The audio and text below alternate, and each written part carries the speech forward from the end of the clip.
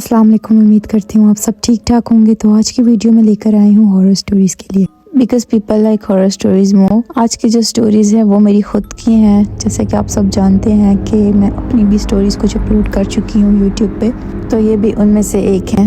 ये किस्सा इतना पुराना नहीं है, आज से 2 महीने पहले का है। मेरे भाई की अभी 3 महीने पहले ही शादी हुई है, जिसकी वजह से हमें अक्सर रिश्तेदार दावत पर बुलाया करते थे। इसी तरह मेरी एक फूफो ने भी हमें दावत पे बुलाया। फूफो के दावत पे बुलाने के बाद जब हम अपने घर वापस आए तो रात का वक्त था। मेरा भाई और मेरी भाभी घर के दूसरे फ्लोर पे रहते हैं। रात के कुछ 11 साढ़े 11 बजे मैं अपने मामा पापा के रूम में थी और उनसे बात कर रही थी कि मेरा भाई दूसरे फ्लोर से नीचे आता है और पानी का गिलास पीता है। कुछ देर वो भी मुझसे बातें करता है और पापा से बातें करता है। उसको गए हुए 15 मिनट गुजरे थे कि मुझे सीढ़ी पर किसी के ऐसे चलने की आवाज़ आई।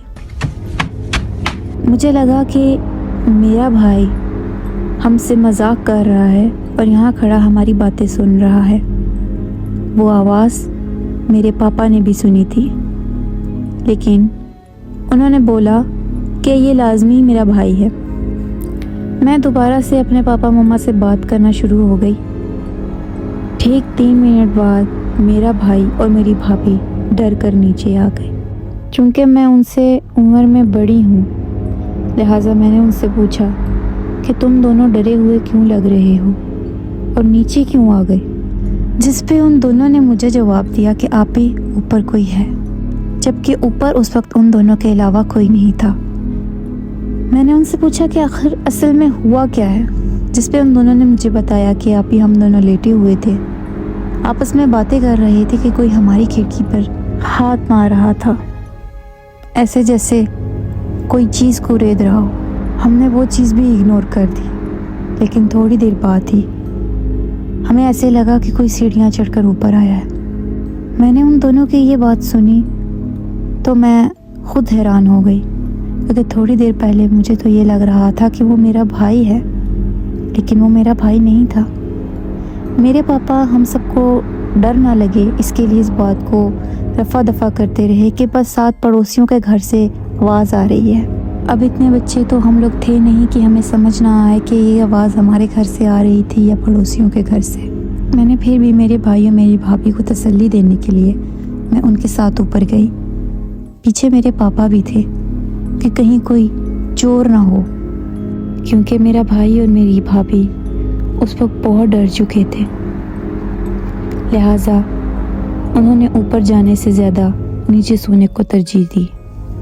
उसी रात मैं अपने रूम में सोई हुई थी कि मुझे बार बार ऐसे लग रहा था कि कोई गुज़र रहा है। मेरे दरवाजे के सामने एक अलमारी है और उस अलमारी पर, क्योंकि हमने 0 का बल्ब लगाया होता है, तो रोशनी पड़ रही थी, लेकिन उस रोशनी से बार बार कोई साया गुजर रहा था। उस रात में अपने कज़न से बात करना शुरू हो गई कि मुझे डर ना लगे, पर मुझे आवाज़ें आना बंद नहीं हुई और वो आवाज़ें ऐसी थी जैसे किसी मर्द की हों। ये बातें मैंने सुबह उठकर अपनी भाभी को ही बताई थी, इसके अलावा मैंने किसी को बताई नहीं, क्योंकि मुझे ऐसे लग रहा था कि ये बातें बताने का फ़ायदा नहीं है, क्योंकि कोई यकीन करेगा नहीं। मैंने भी कलमा पढ़कर सो गई और इन चीज़ों को छोड़ दिया। ये चीज़ें दिन ब दिन मुझ पर हावी होती जा रही थी। दिन ब दिन हमारे घर पर आए दिन कोई न कोई किस्सा खुला रहता, अजीब ख्वाब आते। पर हमारे बड़ों को जब ये बात बताई जाती थी तो वो यही कहते थे कि ये वहम है। लिहाजा हमने उनसे हर बात करनी ही छोड़ दी। उम्मीद करती हूँ आपको आज की स्टोरी अच्छी लगी होगी। पार्ट 2 में जल्द लेकर आऊँगी। वीडियो लंबी हो जाने की वजह से कुछ बातें मैं आपको बता नहीं पाई हूँ, जो कि पार्ट 2 में बताऊँगी। तो अपना बहुत सारा ख्याल रखिएगा, दुआ में याद रखिएगा। Thanks for watching the video. अल्लाह हाफिज़।